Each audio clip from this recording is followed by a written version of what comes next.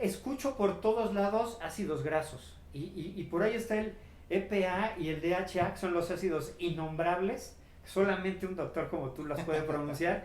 ¿Qué es un ácido graso? Son sustancias que nos dan al organismo y tienen muchísimos beneficios.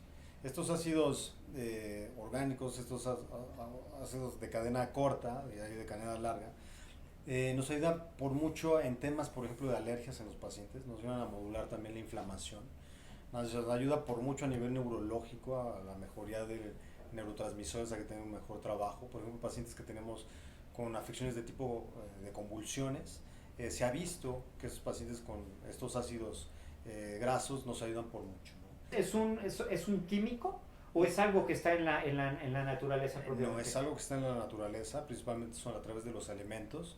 Por ejemplo, el pescado es alto en ácidos grasos, los omega, que son de cadena corta, de origen vegetal, que también se utilizan en medicina.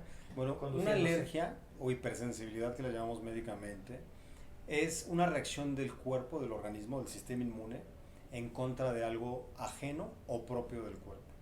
¿Qué quiere decir?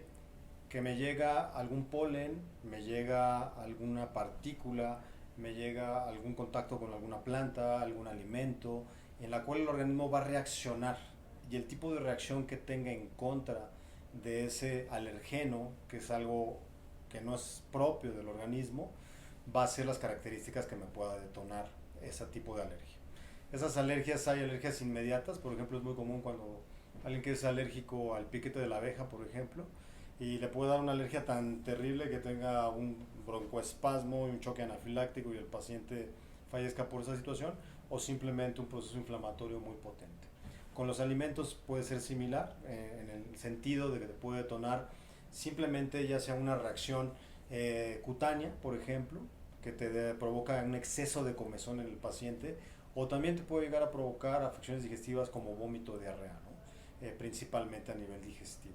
Humanos y perros y gatos comparten ciertas similitudes en estas cuestiones alérgicas. Sí, sí, sí, cada organismo es independiente y puede desarrollar alergia a diferentes cosas, ¿no? Ya sea al polen, ya sea a diferentes pastos, a diferentes árboles, a situaciones medioambientales que las inhalamos, que eso llamamos atopia, partículas de smog, ya sea situaciones por contacto, por ejemplo, alergias de que si un perro se sube a un cierto tapete, a un cierto plástico, le puede detonar una alergia por contacto.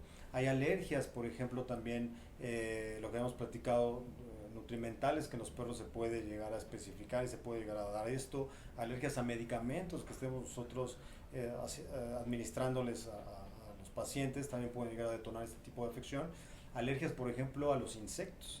Hay alergias, por ejemplo, que el piquete de la mosca, el piquete de la pulga, de la garrapata, te puede llegar a detonar un proceso alérgico en el paciente de manera importante. También pueden llegar a tener procesos digestivos, por ejemplo, vómitos, diarreas constantes, recurrentes, pacientes que nunca defecan bien, que siempre están defecando aguado, pastoso, como un helado, ¿no? De estos suaves que se llegan a formar así. Y también están las alergias, por ejemplo, atópicas, ¿no? En pacientes que llegan a inhalar diferentes situaciones medioambientales, por ejemplo en otoño cuando hay mucho viento, o en primavera cuando hay un exceso de pólenes, etcétera, en el medio ambiente, el paciente lo inhala, se detona a través de un proceso cutáneo principalmente. Hay pacientes que también detonan la afección respiratoria, en los humanos es muy común el asma, por ejemplo. En el caso de los gatos, el asma se puede llegar a presentar también con alergenos medioambientales y en algunas ocasiones también digestivos.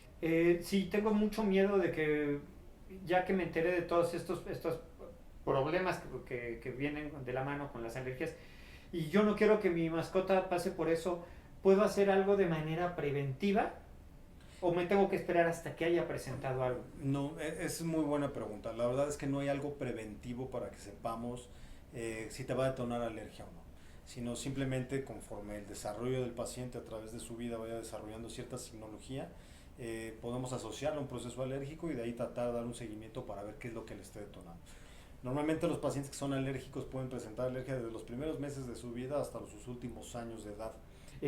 ¿Puedo suplementarlo o le puedo dar alguna medicina para que tenga calidad de vida, sabiendo Claro, que tiene esta predisposición? claro, claro. Hay razas que llegan a predisponer, por ejemplo el West Highland Terrier, el Cobrador Dorado, el cobrador de labrador, que es el labrador, el golden retriever, que sufren mucho de alergias, por ejemplo, ¿no? Alergias nutrimentales. A estos pacientes, una manera de tratar de que no se le detone la afección, si es que en algún momento de la vida lo va a manifestar, es tener una buena nutrición, una buena calidad de alimento, no estársela cambiando, no estar dando probadas de diferentes cosas. Podemos suplementar con ácidos grasos esenciales, por ejemplo, con probióticos que ayudan a tratar de evitar el que estos procesos alérgicos se puedan llegar a manifestar, pero una vez que se manifiestan, también el suplemento con estos nutrientes de los ácidos grasos esenciales, a su vez de los probióticos, ayudan por mucho a controlar estos pacientes en conjunto con una terapia médica, por ejemplo, dieta hipoalergénica, en conjunto con medicación o medicamentos que ayuden para tratar de evitar esa afección en los pacientes, les puede ayudar. Algo que hay que dejar muy claro, y eso es importantísimo, siempre hay que tenerlo en mente: las alergias no se curan, se controlan. Y el control es a través de lo que hemos platicado, a través de medicamentos, dependiendo la afección que tenga el paciente. La nutrición es la base para tratar de evitar que estos alergenos se exacerben más en el organismo.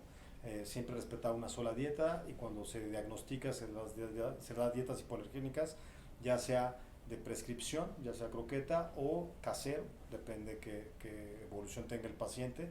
Suplementos nutricionales, por ejemplo, los probióticos, los ácidos grasos esenciales, el ayudar con una higiene de baños recurrentes con shampoos especiales. En algunos pacientes, cuando son alérgicos medioambientales, atópicos, podemos ofrecer hiposensibilización, igual que los humanos. Una persona que es asmática o que es alérgica, te hacen diferentes pruebas a saber a qué alergenos, y te hacen unos diales. Son los de los piquetitos en el espacio, ¿no? Sí, en el cual en los perros se realiza, te hacen tu vacuna, y eso se le llama hiposensibilización. Es una cantidad de alergenos que te van inoculando poco a poco para que el sistema inmune del organismo vaya modulando poco a poco y tenga una reacción no tan fuerte, y los medicamentos. Okay. ¿Sí? Los que se utilizan. ¿Cuál medicina es la que normalmente se le da a un perro que estamos viendo que tiene estas cuestiones de alergias y que está absolutamente contraindicado? Bueno, en general, desgraciadamente los perros no responden bien a los antihistamínicos, por diferentes situaciones de lo que involucra lo que es el sistema inmunológico, de la inflamación. Es diferente al humano. Estamos muy acostumbrados nosotros en humano a tomar cualquier antihistamínico para evitar la alergia. En el caso de los perros no funciona del todo bien. Normalmente nos apoyamos cuando hay una crisis importante de medicamentos que se llaman esteroides, pero para utilizar estos sí tiene que ser forzoso bajo prescripción médica. Si nosotros damos estos medicamentos por querer ayudar a un proceso alérgico, y lejos de ayudarlo lo podemos complicar, incluso hay pacientes que les podemos provocar la muerte. Entonces hay que tener muchísimo cuidado. Siempre que veamos situaciones de este tipo, tenemos que apoyarnos con nuestro médico veterinario para que, en vista a la edad, a ver si no tiene ninguna otra enfermedad coexistente o no, esté de manera adecuada medicado. Ya para las alergias hay nuevos medicamentos de uso veterinario que no se venden libremente, sino bajo prescripción médica, que se pueden utilizar y que funcionan muy bien sin tener tantos efectos colaterales.